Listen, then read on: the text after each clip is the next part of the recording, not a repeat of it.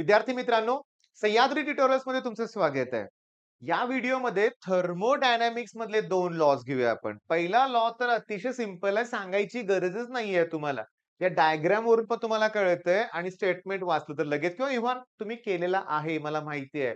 काय आहे याचं नाव काय आहे सांगा? त्यांनी काय दिलंय? If two systems are each in thermal equilibrium with the third system then they are also in the thermal equilibrium with each other. म्हणजे ए हा सी शी थर्मल इक्विलिब्रियम मध्ये आहे. अरे ए हा बी शी पण थर्मल इक्विलिब्रियम मध्ये आहे. इक्विलिब्रियम मध्ये आहे. याचा अर्थ बी आणि सी सुद्धा थर्मल इक्विलिब्रियम मध्ये येणार. मी मागच्या एका व्हिडिओमध्ये बोललोय. आमच्या मराठी मीडियमच्या मुलांना आणि सेमी इंग्लिशच्या मुलांना थोडंसं जड जातंय. बघा गोंधळ नको. काही शब्द चुकू नका बरं का. दोन system are each in thermal equilibrium with the third system. If two systems are in thermal equilibrium with the third system, they are also in thermal equilibrium with each other. Zeroth law of thermodynamics. बरोबर आहे.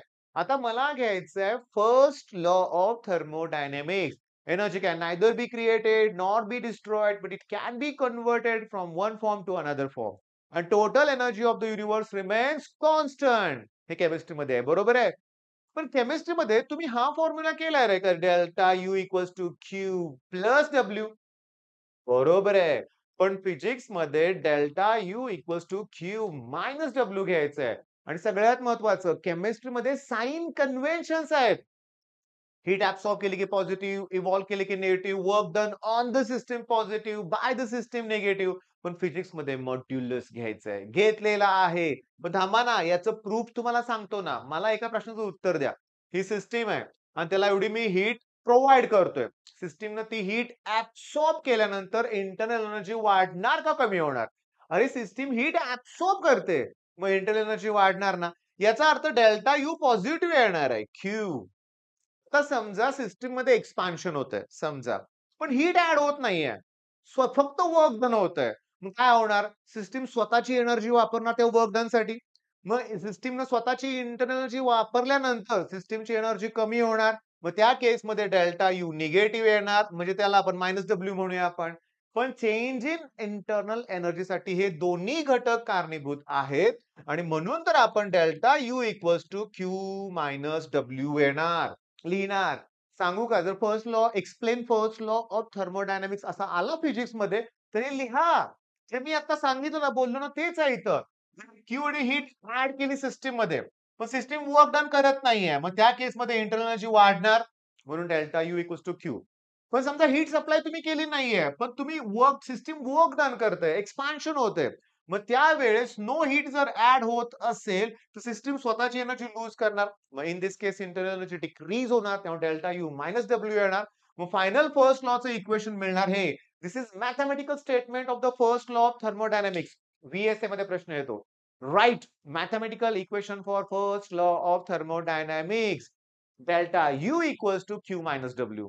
चला numerical घेऊया पटकन. हे परीक्षेत 2 मार्काला येईल.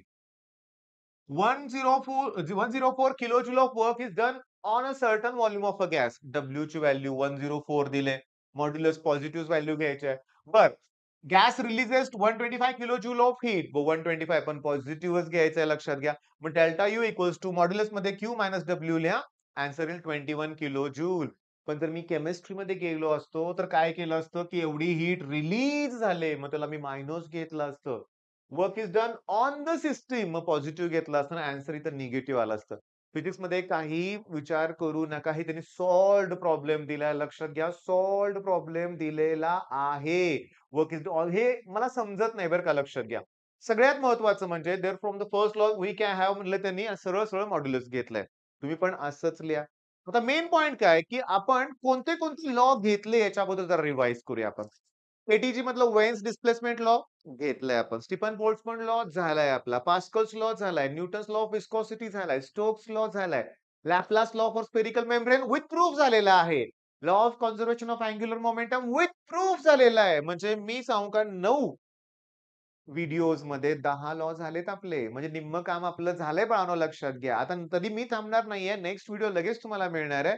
पण तुम्ही देखील हे सगळं चांगलं परफेक्ट तयार करा. All the best.